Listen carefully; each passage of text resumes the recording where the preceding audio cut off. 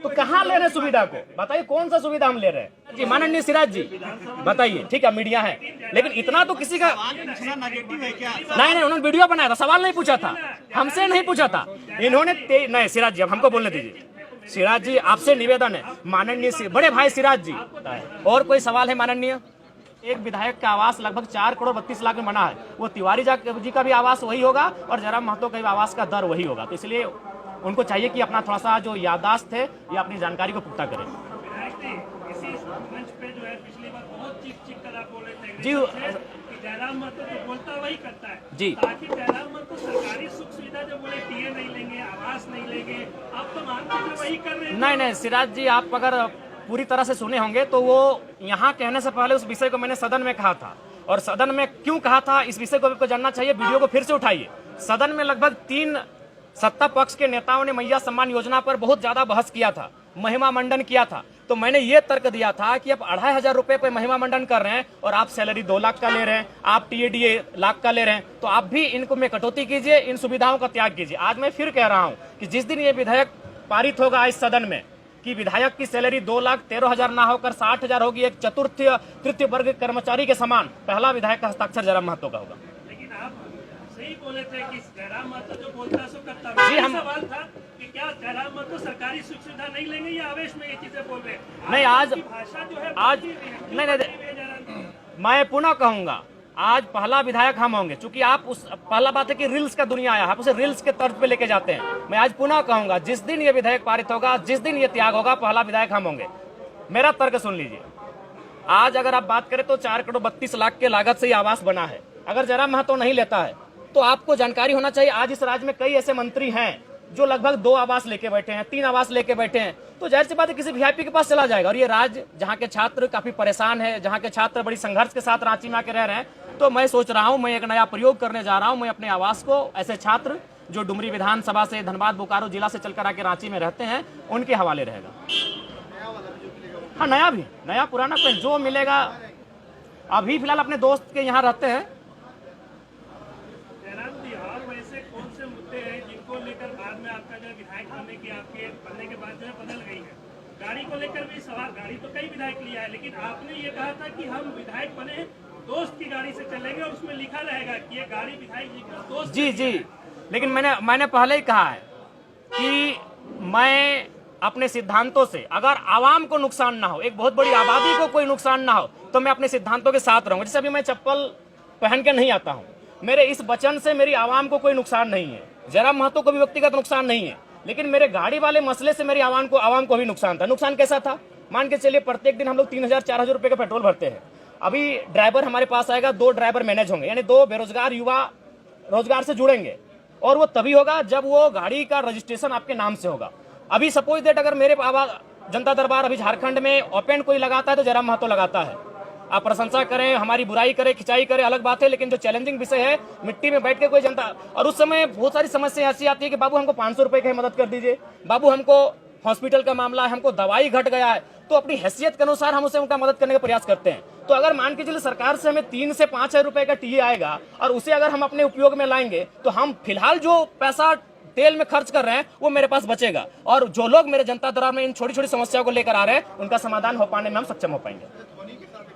नहीं, वो फेक है, और हम चाहेंगे मीडिया बंधु इस तरह का सवाल बिल्कुल आप लोग भी एक बार थोड़ा जांचें। धोनी जी से हमारी कोई मुलाकात नहीं हुई है, लेकिन ऐसा नहीं कि हम मुलाकात नहीं करना चाहते, हम भी उनका बहुत बड़ा समर्थक हैं, और बिल्कुल उनके छक्कों के, उनकी कैप्टेंसी के, उनके हर एक कार्य की हम भी प्रशंसक हैं। अगर कभी मिलेंगे तो हम अपने पोस्ट पे खुद सार्वजनिक करेंगे कि आज हम धोनी से मिले। सीसीएल में क्वार्टर को लेकर जो है आप रात में वहाँ गए थे, कई खबरें आई, आप रांची में हैं, के सामने ये बता दीजिए कि सीसीएल में आपको जयराम महतो क्वार्टर चाहिए या नहीं चाहिए, जो अवैध रूप से क्वार्टर ले रहे हैं उनको खाली कराने के लिए? नहीं, वो एक बात, पहला बात है, अगर आप आंदोलन की बात करेंगे और संवैधानिक बात करेंगे तो फिर हमें लगता है बहुत सारी विवाद उत्पन्न हो जाएगा।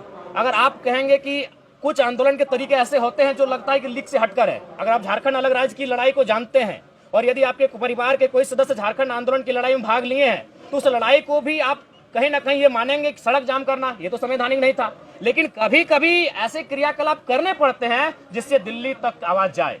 जो चूंकि झारखंड आंदोलन सड़क जाम करके किया गया है, झारखंड आंदोलन बहुत बृहद पैमाने पर, तो कहीं ना कहीं वो जो मेरा मास्टर स्ट्रोक था वो इसी ध्यान को आकर्षण करना था कि जो लोग 5500 क्वार्टर में कब्जे पर है, कम से कम एक बार फिर से ये मामला राज्य में गरमाए।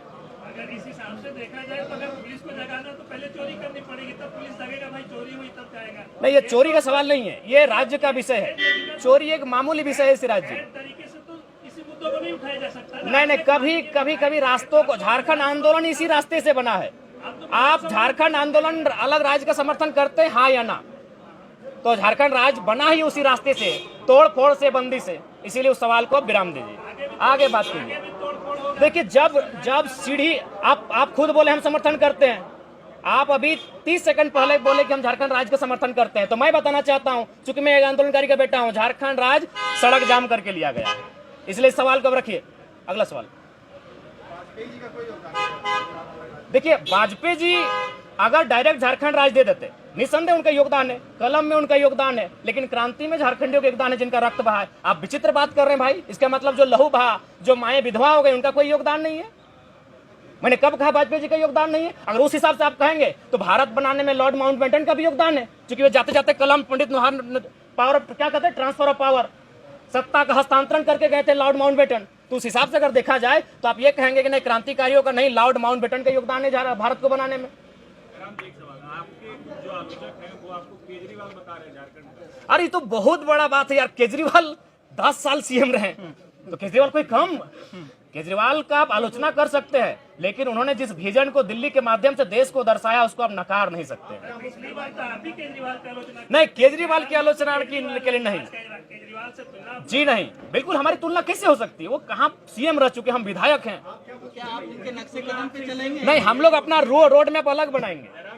तुलना इसलिए नहीं हो रही कि वो सीएम है, तुलना इसलिए हो रही है कि आप जो सुविधा की बात कहते हैं वो भी तो कहाँ ले रहे हैं सुविधा को? बताइए कौन सा सुविधा हम ले रहे हैं? नहीं, आपने जो कहा था जयराम जी से पहले, हम तो आपको तो कम से कम चर्चा करना चाहते कि एक विधायक वर्षों बाद आया है। आज अभी अंदर हम सुनिए, आपको बता रहे हैं, जब हम अंदर जाते हैं ना, और जितने भी कर्मचारी हैं विधायक छोड़ के, उनको क्या फील होता है मालूम है? कि मेरे घर का बच्चा विधायक बन के आया है। बाकी विधायक, अब तो अंदर चुके, आपको कैमरा अलाउड नहीं देखिएगा, बाकी विधायक से मिलते हैं, माननीय के तर्ज पे मिलते हैं, हमसे मिलते हैं, कंधे पे हाथ रखते हैं, ऐसे मिलते हैं। हम कभी उनको नहीं बोलते, क्योंकि उनको लगता है हम उनके घर का बच्चा है, जबकि एक माननीय का प्रोटोकॉल होता है। कई वीडियो हमारा देखिएगा, दरोगा एक थाना प्रभारी आके हमको ऐसे हाथ पकड़ लेता है, जबकि हमारे दोस्त हमें कान में कहते हैं कि प्रोटोकॉल के हिसाब से आपसे बहुत जूनियर है, वो आपके साथ ऐसा व्यवहार नहीं कर सकते हैं। तो हम उनको बोलते हैं कि उनको कभी नहीं लगा कि हम उनका विधायक है, उनको लगता है कि हमको छोटा भाई। आप अंदर जाइएगा, आपसे उम्मीद है तभी करते रहते वो चलेगा। जो लोग गलत है उनको माफ नहीं किया जा सकता है। जो हमने सिराज जी पहले कहा है कि जो ईमानदार है उनको नमस्कार है, जो गलत है उनका तिरस्कार है। पैमाना आपका कार्य है, आपका कार्य है। जैसे सिराज जी, आप हमारे बहुत अच्छे मित्र हैं, भविष्य में रहेंगे कि नहीं रहेंगे वो अलग विषय है, लेकिन मित्र रहे हैं हमारे। अभी जो आपकी और हमारी एक बहस हुई थी, पूरी दुनिया ने देखा, पूरे भारत ने देखा, लेकिन आप स्वीकार कीजिए सिराज जी, आपने 23 वीडियो बनाया था, 23 का 23 हमारे नेगेटिव में बनाया था। क्यों भाई? एक नया लड़का जो विधायक नहीं बना है, क्या आप इस सवाल, ठीक है मीडिया है, लेकिन इतना तो किसी का नेगेटिव है क्या? नहीं, उन्होंने वीडियो बनाया था, सवाल नहीं पूछा था, हमसे नहीं पूछा था इन्होंने। नहीं सिराज जी, अब हमको बोलने दीजिए। सिराज जी, आपसे निवेदन है, माननीय बड़े भाई सिराज जी, आपको 23 नेगेटिव वीडियो देखे, लेकिन जयराम क्यों? जी वही तो सवाल है, देखा कि जब क्यों भाषा खतियार, आपने सीरियल नंबर बनाया? 32 और गोंदल नहीं, सीरीज बनाइए, तमाम वो क्यों देखेंगे? कोई नहीं देखेगा। सिराज जी सुनिए, वो चुनाव का समय था, नहीं वो चुनाव का समय था। जयराम जी, क्या नया सवाल, वो चुनाव का समय था। कोई नेगेटिव दिखाएगा तो इसका नहीं, मतलब अब आपसे सवाल पूछना नेगेटिव, क्यों नेगेटिव? क्यों? हम विधायक हैं, आपके समर्थक हम चुनाव जीते हैं। सिराज जी, जिस समय आपने मेरा वीडियो सिराज जी, माननीय सिराज जी बताइए, नहीं आप पूछिए, नहीं उदाहरण दिए, नहीं क्रियाकलाप पे डिपेंड करता है। और कोई सवाल है माननीय? देखिए फिर